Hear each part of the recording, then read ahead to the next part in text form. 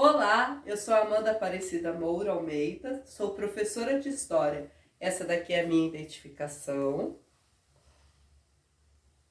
Por motivos de segurança, eu tapei os números do mês, só deixando o primeiro e o último número aberto. Eu escolhi falar sobre a Europa medieval, tema do 7º ano. Objetivos da aprendizagem. Vamos lá, compreender a formação do feudalismo, identificar as características da sociedade feudal.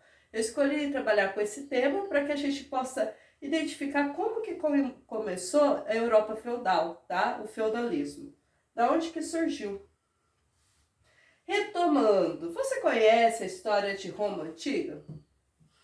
Existe alguma relação entre a história de Roma e a formação do feudalismo? Será que vai ter alguma coisa a ver a história de Roma e a formação do feudalismo? Ou são coisas totalmente singulares?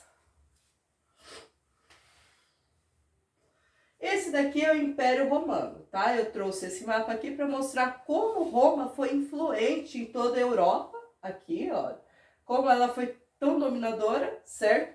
E aqui nessa região aqui que a gente pega também o Oriente Médio, parte da Ásia e o norte da África, tá? Durante esse período, tudo aqui era Império Romano. Estava todo sob o domínio dos romanos. Inclusive, sobre o seu exército romano, sobre a língua romana, por mais que tivesse cada língua suas características, regionalizações também.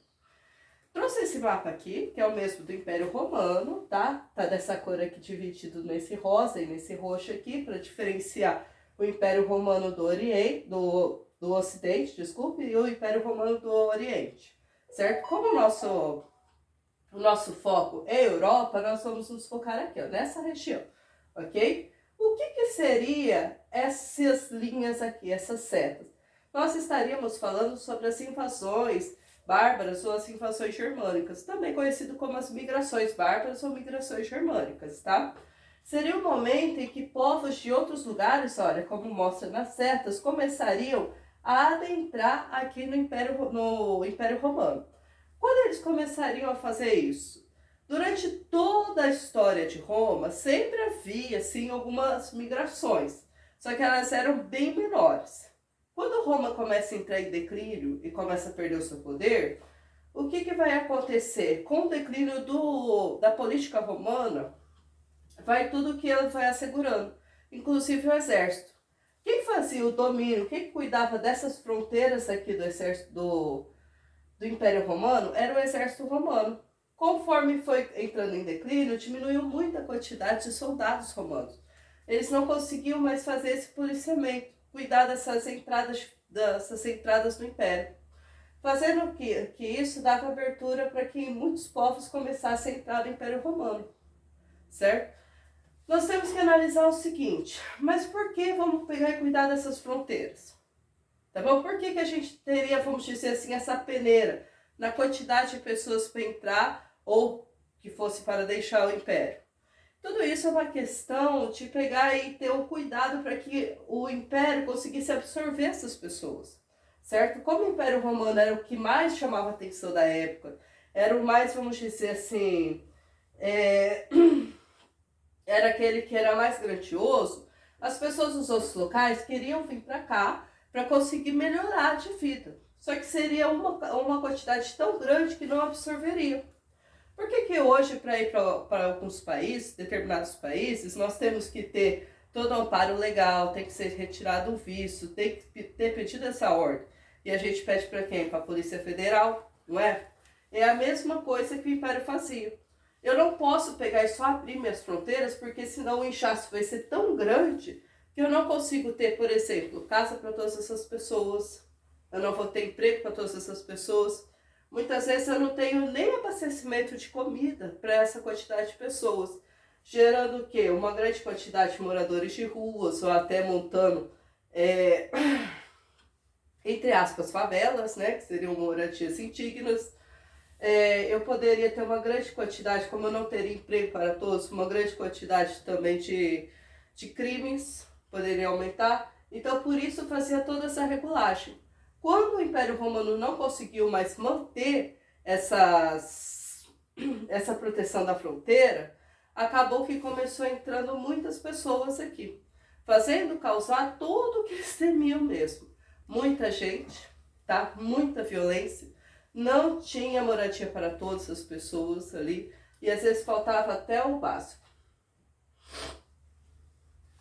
O que acontece? Se a cidade está muito violenta, eu vou procurar o quê? Eu vou procurar o meio rural. Por isso a gente chama de ruralização, tá? Como as cidades estavam muito violentas, as pessoas buscando segurança começaram a migrar para o meio rural. Essa daqui é uma representação do que eles imaginavam, tá? De como seria a entrada desses bárbaros.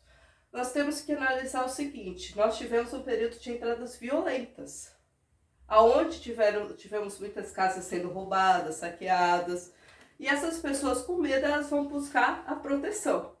É mais ou menos o que se acontece até hoje. Pessoas que têm medo da cidade, elas buscam proteção em áreas muradas, não é? Áreas sempre vigiadas. Por isso a gente vai ter o quê? A formação do feudo. Formação da Europa medieval. Esse encontro entre românicos e germânicos gerou a sociedade medieval, com as seguintes características. Então a gente vai ter ali os romanos e os germânicos se encontrando, tendo essas formações aqui, ó. O colonato é uma característica romana, que é o uso de terra como parte para o senhor. Comitatus é uma característica germânica, que é grupos de guerreiros unidos para servir e honrar. E o cristianismo, ele vai fazer a ligação entre os dois.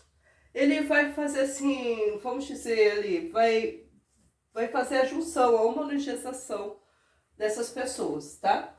Possibilitou a ligação entre os romanos e germânicos numa unidade medieval. E quando a gente fala de Idade Média e Europa, nós temos que sempre mostrar que o cristianismo vai estar muito forte ali.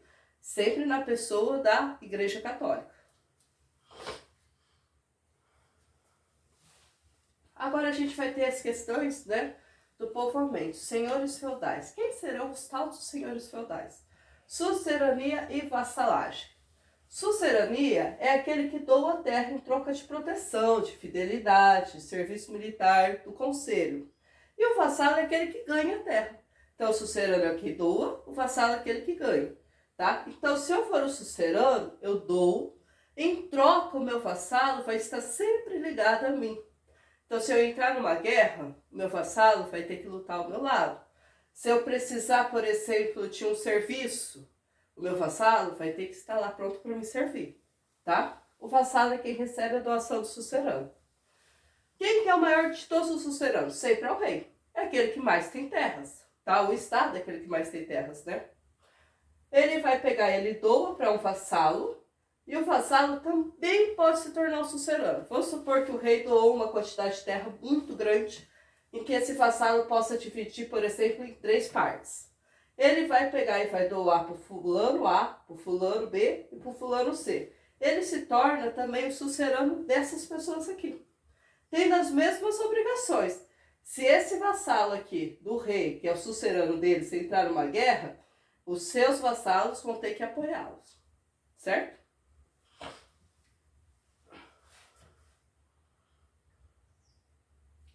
E essas são as referências da aula de hoje. Muito obrigada!